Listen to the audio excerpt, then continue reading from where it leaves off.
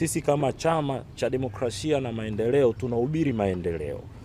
Hiyo ndio dhana nzima ya chama chetu.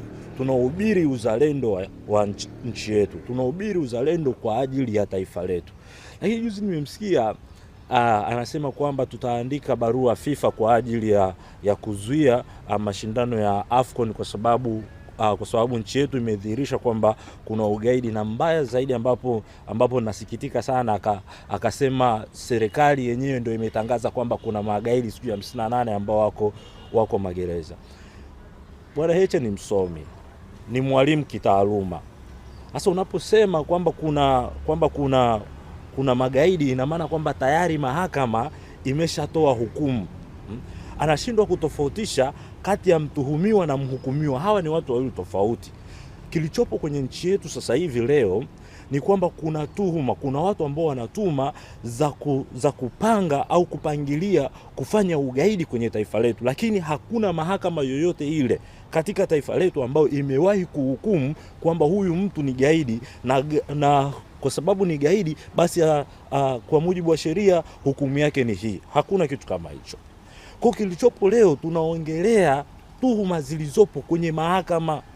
Tunaongelea tuhuma ambazo bado ziko mahakamani. Hakuna mtu hata mmoja ambaye leo hii amehukumiwa kwa ajili ya ugaidi. Turejee kesi ya Mheshimiwa Freeman Aikaeli Mbowe ambaye alipewa kesi ya ugaidi. Ilikuwa ni kesi ya ugaidi, lakini mwisho wa siku serikali au vyombo vya mamlaka ikiwemo DPP aliridhisha kabisa kwamba hapakuwa na kesi ya msingi, kwa akaamua kuondoa ile kesi. Na Mbowe akaachiwa. Leo tuna watu ambao wako magereza, wako mahabusu kwa ajili ya hizi tuhuma za ugaidi. Hawa watu mpaka sasa hivi hawajahukumiwa. Kwa nini Bwana Heche anasema kwamba serikali imethibitisha kwamba kuna magaidi? Ni kitu gani ambacho Heche anakijua?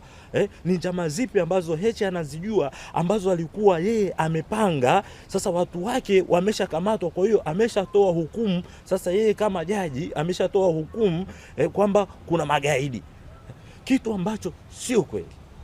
Hii ni dhana nzima ya kuharibu taifa letu, ni dhana nzima ya kuharibu nchi yetu, ni dhana nzima ya kuharibu maendeleo ya taifa letu.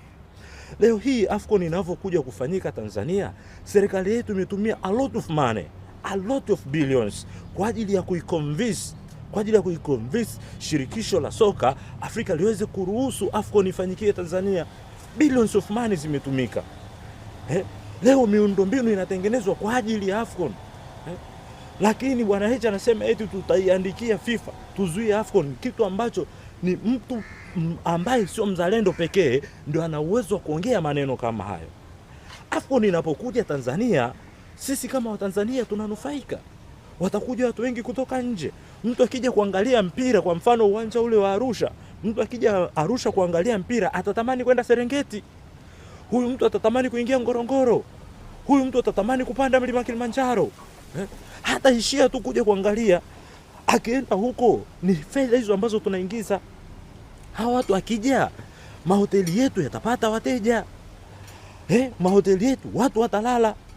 Ni kipato hicho ambacho kinaenda kutengenezwa. Hawa watu watakula, kuna wengine watashuka kula mpaka huku kwa mama ntilie ili wajue utamaduni wetu, ili wajifunze uhalisia wetu. Wataenda mpaka huku kwa mama ntilie. Mama ntilie nao watafanya kazi.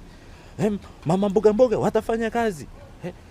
Lakini sasa mtu ambaye sio mzalendo ndo anaweza akatoka akasema kwamba AFCON isifanyikie Tanzania, au anaweza kushawishi kwamba AFCON isifanyikie Tanzania, wakati sisi kama Chadema tunahubiri maendeleo. Sasa tunapohubiri maendeleo alafu bado Heche anakuja kuongea, makamu mwenyekiti anakuja kuongea kwamba tuandike barua FIFA ili tuzuie AFCON, ni vitu ambavyo ni vitu vya ajabu na vitu vya hovyo, na ninarudia tena, ni mtu mjinga ambaye hataki maendeleo ya taifa letu ndio anaweza kuzuia AFCON. Kwa hiyo nimuombe sana Bwana Heche asitaki kutugombanisha Chadema na wananchi. Sisi tunapenda sana Chadema. Sisi tunakipenda sana chama hiki. Ndio maana tunakipigania usiku na mchana. Ndio maana tunapambana kuhakikisha kwamba chama hiki kinaendelea kusimama katika misingi yake ile ambayo tulikuwa tumeitengeneza. Ndio maana tunaendelea kupambana kuhakikisha kwamba chama hiki kinarudi kwenye ule mfumo ambao ni mfumo mzuri, mfumo ambao ni kwa ajili ya kuleta maendeleo ya nchi yetu. Kwa hiyo niwaombe sana Watanzania, niwaombe sana wananchi wenzangu, hizi kauli anazozitoa makamu mwenyekiti zipuuzwe.